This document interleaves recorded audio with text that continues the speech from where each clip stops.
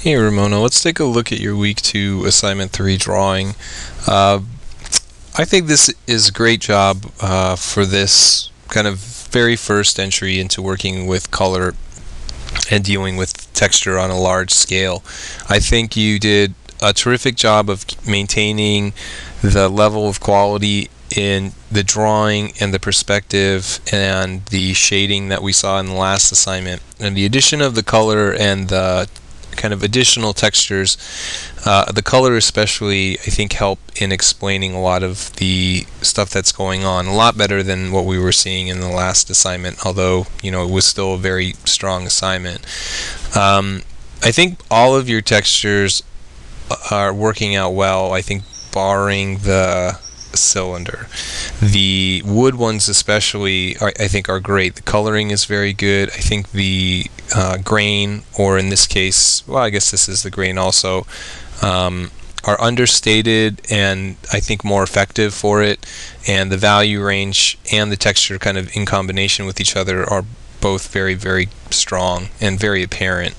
I really like the wood texture on the cube, which is just a different texture for the wood, and is something that we don't see a lot of. We see a lot of these types of textures, but this almost feels like bark to me, like on an ash tree, rather than the actual kind of cut wood that's being shaped, which is just a nice change. And I think it also helps in that you get a much nicer difference between the values because it's such a lighter valued texture.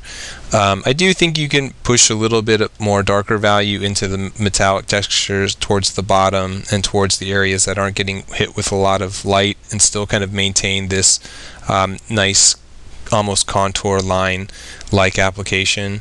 I think it works out fine as the texture that you're trying to work it as, but I think it could use a little bit more range in terms of the value.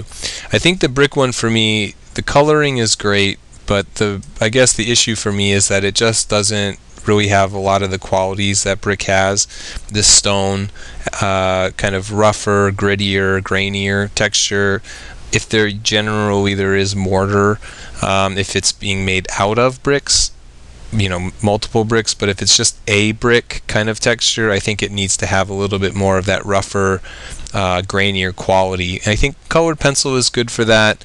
A very light coat of colored pencil can create a certain amount of grit, or you can do a little bit of subtle kind of stippling here and there to create that kind of unevenness to the surface. But it's a pretty kind of glossy highlight, and the application of the marker, while it does have a lot of texture on its own, I'm not sure that it's actually a texture that I would apply to a brick texture. It's a nice kind of application of marker, which I guess is a good thing. It's still a quality kind of shape and a quality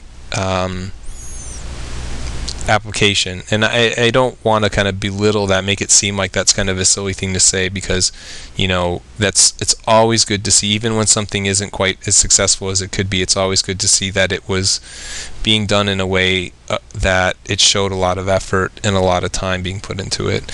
Also, the fact that you're dealing with the background, the ground plane, cast shadows that are interacting with the objects, cast shadows that are transparent and have excellent technique throughout, where I'm not really noticing any issues in terms of inconsistencies or poor blind management, or cutting edges and things like that. I think is really showing a lot of time and effort. So I'm really happy with these. I really like them a lot. I think they are just a very high quality still life, and it makes me very, very kind of looking forward to seeing what comes up with next week's dealing with more realistic objects. And I think you're doing a great job. Just keep it up, and we'll see you in a couple days.